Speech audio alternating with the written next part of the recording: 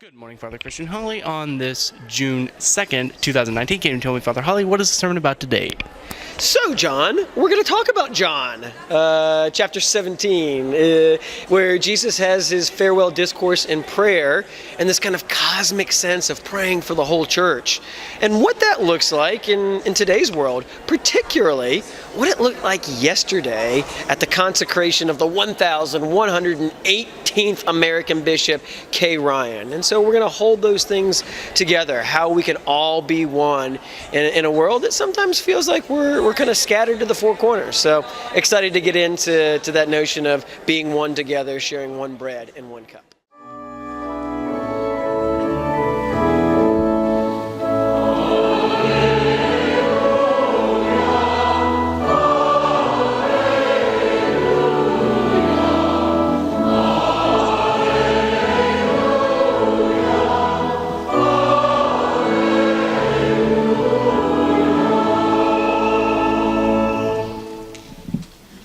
In the name of the Father, and of the Son, and of the Holy Spirit. Amen. You see?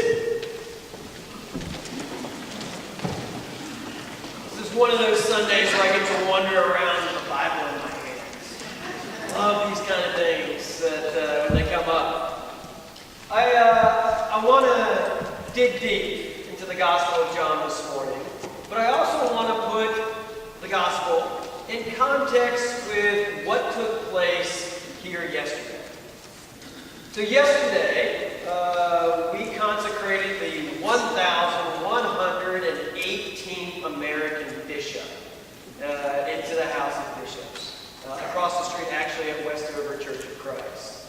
If you were part of the 950 or 1,000 or so people that were at that service, would you raise your hand? Man, kudos to you for coming back this morning. One. Two, no, keep your hands up. Keep your hands up. For those of you that didn't make it yesterday, I want you to take a second and maybe afterwards or sometime this week talk to one of these people. Because it was a really, really transformative kind of service that took place yesterday. So I'm going to talk more about it as we dive into the Gospel of John. But I want you to really give yourself the time to take that, so to say. So if you look at your orders of service, we have Jesus' prayer for his disciples. And he makes an audacious statement in that prayer. He says that they may all be one. And this is a really kind of cosmic request. And yet it is one I think we recognized in a very local way yesterday at this consecration. I think yesterday was one of those places where we got to see the body act as one body of Christ. But before we go any farther, I want to put our gospel reading today in context. So we're getting a little snippet from the 17th chapter of John. And this little snippet is part of a larger snippet called the Farewell Discourse. So the Farewell Discourse is chapters 14 through 17 in the Gospel of John. And it comes immediately after the Last Supper, in which Jesus washes the feet of his disciples in chapter 13. And it comes immediately before chapter 18, where he goes off to the Garden of Gethsemane, and he is immediately arrested. So you have this little discourse in between the Last Supper and the arrest. And it's Jesus' way of preparing his disciples for his departure. This final monologue of well, it's kind of like the locker room speech before the championship game. You know, he's getting them ready to go on and with him in a different kind of role. And like all great locker room speeches, he ends it with asking everybody to take a knee. And so chapter 17 is Jesus' prayer for the disciples before he goes off to be arrested. It's actually the longest prayer Jesus utters in all of the Gospels. And we get the very last piece of that. And so it goes, Jesus prayed for his disciples, and then he said, I ask not only on behalf of these, but also on behalf of those who will believe in me through their word, that they may all be one.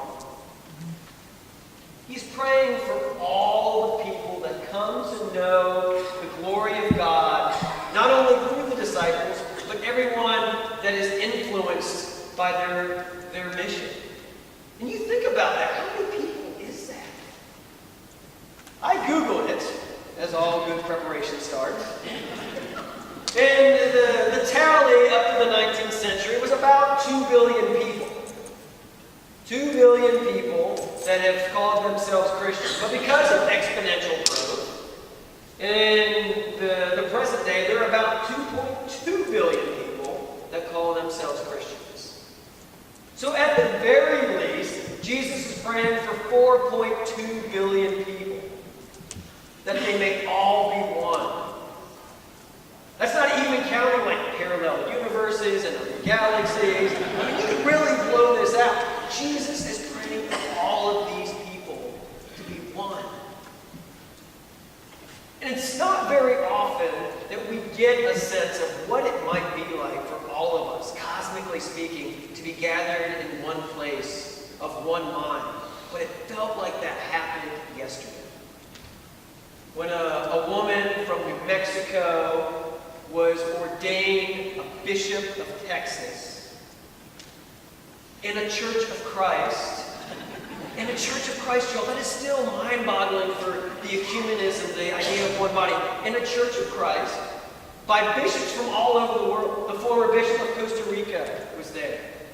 The bishop of Ghana flew from Ghana in Africa to Austin to lay hands on Kay Ryan. And there were representatives from the Lutheran Church, the Methodist Church, the Presbyterian Church. I think there were a couple of Baptists and Roman Catholics in disguise as well. And they all added their voice to ours when the presiding bishop asked, "Is it your will that Kay become your bishop?" And they answered with us, "Yes, it is our will." And then they sang with us the songs of our faith. And then they prayed with us the prayers that we all share in the hope of Christ. Yesterday felt like we were one body, that we all were one. You look at the next part of Jesus' prayer in the farewell discourse, and he continues, "As you, Father, are in me and I am in you, may they also be in us, so that the world may believe that you have sent me. The glory that you have given me, I have given them, so that they may be one as we are one. I am them and you and me, that they may become completely one. So that the world may know that you have sent me and have loved them even as you have loved me. Father, I desire that those also whom you have given me may be with me where I am." Man, that is a tough one. Yeah, where I am, to see my glory, which you have given me because you loved me before the foundations of the world. Again, Jesus offers up this rather lofty goal of the world believing in him, that he had been sent by God. And yet again, yesterday, I felt that sense of global awareness of the glory of God. The choir sang in Latin at the prayer. That kind of ancient language that links us across time to all of the other Western churches. And as we went on through the service, we had the litany of prayers, which alternated back and forth between Spanish and English. When it came time to read the gospel, they read that beautiful interaction between Elizabeth and Mary, and the Magnificat was read in Spanish and in English, and then in Malayalam, an Indian dialect, and then in Dinka, a Sudanese dialect. And then during the communion, I still get goosebumps thinking about this. During the communion, the Sudanese contingent, who had known Bishop Ryan from her time up in Dallas at Ascension, they had come down for it. They started singing Amazing Grace in Dinka. You knew those sounds, but the kind of Pentecostal moments where you hear it in a language that is foreign and yet tunes the strings of your heart. It felt like all of time and space had collapsed around that altar. It felt like we were joined by angels and archangels and all the company of the world that sang those songs and hymns to God's glory. It felt like we were one body. Jesus ends his prayer this way.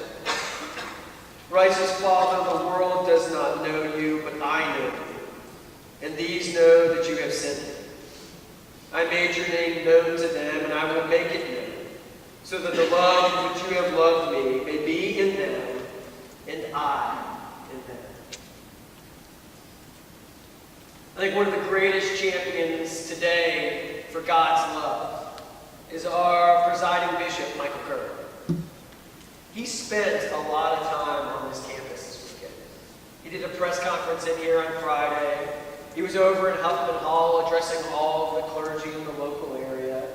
He was here for a reception, and he oversaw, he was the celebrant for the consecration of Kay Ryan. And so I want to leave you with one of his stories that he told this weekend. And it was about his parents. And it goes something like this. In the 1950s, when his mom and dad were still dating, they went to an Episcopal church in Dayton, Ohio. At the time, the future Mrs. Curry was an Episcopalian. But Michael Curry's dad was still a practicing Baptist. And so when they go to this Episcopal church together, when it comes time for communion, the future Mrs. Curry comes down to the altar rail to receive the elements. But Michael Curry's dad stays out in the seats. Not really sure, what he's supposed to be doing, but also curious to see just how it is that they distribute the elements and how an African American might be received in this primarily white church in the 1950s. And so as the priest comes down, he gives out a wafer to each person along the rail. And Mr. Curry isn't terribly impressed by this. He had seen white folks pass a tray to black folks in his own Baptist tradition. If you all have ever been part of one of those traditions that have like the gold trays where everyone gets their own nugget of bread, So he had seen the passing of the tray. Nothing unusual about that. But when it came time for the wine, he leaned in because something different was happening. There was no tray of those individual little cups that came by. Do you all remember those little glass ones? I think glass ones. Little shot glasses of wine. Yeah, there was no tray. I don't think that's the official name. Instead, there was a single chalice. And Bishop Curry's dad leaned in and watched as it came closer and closer to the future Mrs. Curry. And watched as the priest took the cup from the lips of a white man, took a step to the side, and offered it to the lips of a black woman, the future Mrs. Curry. And then just simply took it from her and stepped and offered it to the next white man along the way. That act of unity and equity led Michael Curry's father to say, right then and there, I want to be part of this church. This Episcopal church, where everyone along this rail is the same in the eyes of Christ. Brothers and sisters, I'm not going to say that there aren't divisions, deeply felt divisions in the body of Christ worldwide. But every once in a while, we are reminded by events like yesterday's consecration that we are indeed one body of Christ. And that on these Sunday mornings when we gather around this rail, something cosmic and global is taking place. We are all one body because we all share that one bread, that one cup. And it's nice to be reminded every now and again that the prayer that Jesus prayed all those years ago for the disciples, that we all